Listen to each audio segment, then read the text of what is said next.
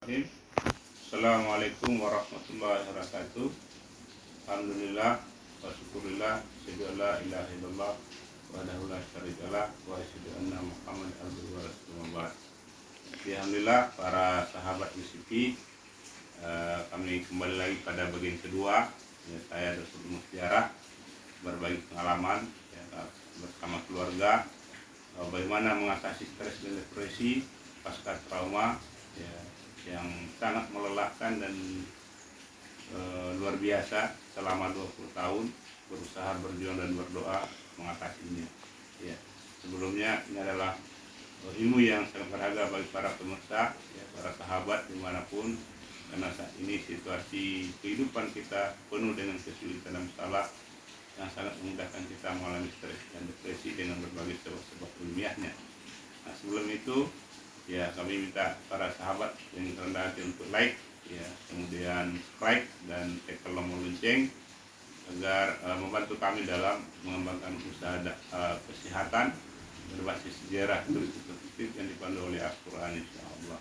Dan kemudian memudahkan para sahabat untuk mendapatkan informasi dan ilmu-ilmu yang bermanfaat dari kami untuk memudahkan kita bahagia hidup di bumi dan mati, insyaallah. Nah, pada kesempatan ini melanjutkan yang kemarin, bahwa kemarin sekitar 5 menit terbatas karena HP bermasalah. Jadi dengan judul 4 kekuatan kunci bagi keluarga untuk bisa berhasil mengatasi stres dan depresi. Kenapa kita butuh 4 kekuatan ini? Karena masalah stres dan depresi adalah masalah yang kompleks, masalah yang rumit, yang tidak bisa dipandang dengan satu sisi saja. Jadi dia adalah merupakan suatu kesatuan masalah. Apabila orang sudah mengalami trauma atau gangguan mental, maka pikiran dan perasaannya sangat mudah bermasalah. Nah, untuk menguatkan dan menyehatkan kembali pikiran dan perasaan itu, dari berdasarkan pengalaman dan penelitian kami secara mandiri, ada 4 kekuatan yang harus dimiliki oleh sebuah keluarga jika ingin keluarga bisa selamat dari ancaman stres dan depresi, dan kemudian bisa juga menikmati hidup bahagia bersama di era global ini, dan kemudian mati masuk surga sama-sama.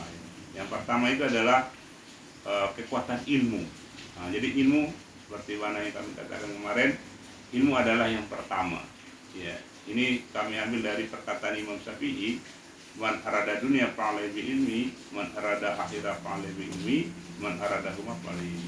Barang siapa ingin bahagia di dunia dengan ilmu, dan barang siapa ingin bahagia di akhirat dengan ilmu, dan barang siapa ingin bahagia di akhirat dengan ilmu. Nah, ilmu di sini kami dari Indonesia sudah berhasil melahirkan ilmu yang sehat. Apa itu ilmu yang sehat? Ilmu yang tidak lagi mempertentangkan agama dan sains. Ilmu baru kami sebut dengan sains tauhid. Apa itu sains tauhid? Sains tauhid adalah sains modern yang dipandu oleh teori penciptaan tauhid. Nah, sains tauhid inilah sains baru yang berhasil kami rumuskan setelah 20 tahun berjuang, berusaha mendalami dan mengamati penyakit PTSD yang kami sendiri.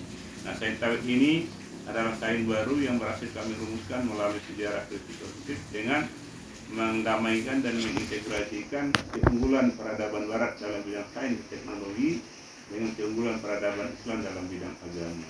Jadi sains tauhid ini adalah dalam kajian lintas peradaban, adalah pertemuan dua keunggulan peradaban besar yang berpengaruh saat ini, yaitu peradaban barat dalam bidang sains dan teknologi, dan kemudian dalam peradaban Islam dalam bidang agama.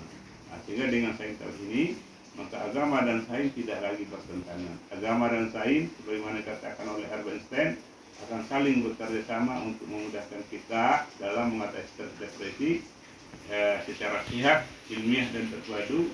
Kemudian kita bergerak secara ilmiah untuk meraih hidup bahagia di bumi dan mati masuk surga. Itu satu.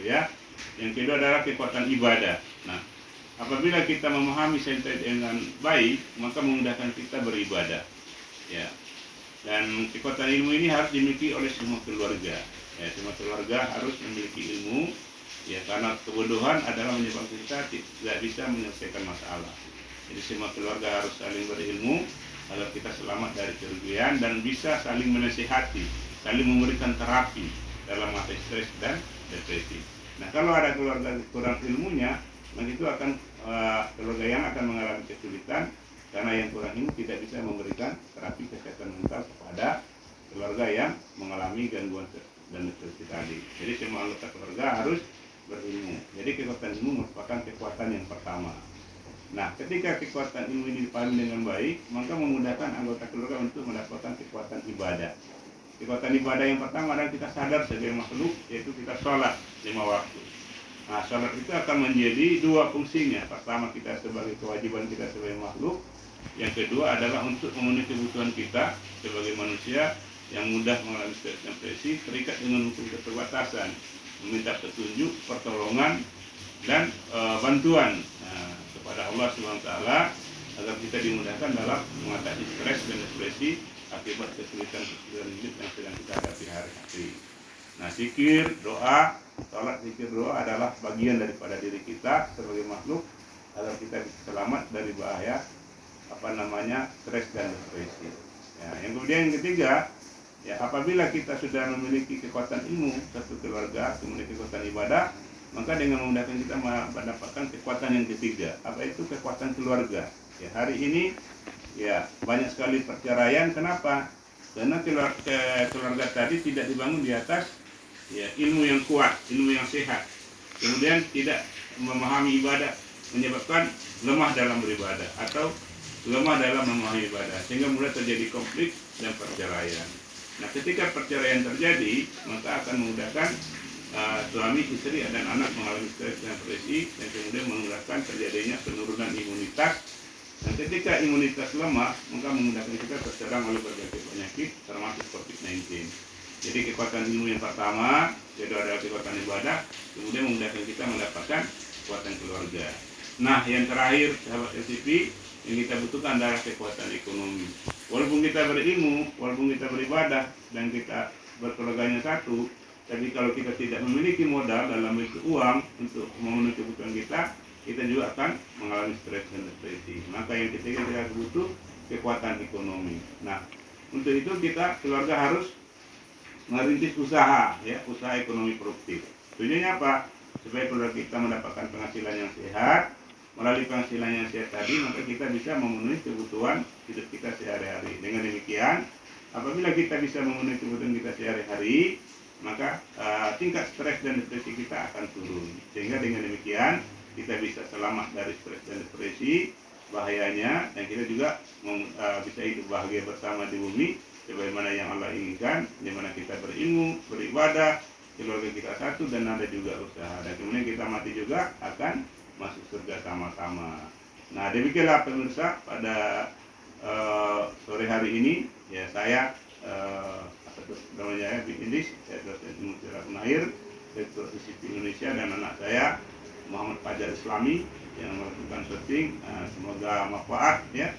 Kami berdua ini berusaha terus untuk bagaimana bisa memperbaiki diri agar kami bisa selamat dari bahaya stres dan depresi dan bisa menikmati hidup bahagia bersama di bumi dan mati masuk surga sebagaimana yang kami jelaskan pada sore hari ini. Semoga informasi dan pengetahuan yang kami sampaikan pada sore ini bermanfaat untuk kita semua, berhubung saat ini kita sangat membutuhkan 4 kekuatan ini agar kita bisa mengatasi stres dan depresi, selamat dari konflik dan bahaya penyakit menular seperti COVID-19, apalagi ya virus-virus yang lainnya, sehingga kedepannya kita bisa hidup bahagia bersama di bumi ini, dan kemudian kita mati masuk surga juga sama-sama, insya Allah. Semoga Allah ada manfaatnya, dan kembali insya Allah jangan lupa ikuti terus perkembangan kami pada teman berikutnya.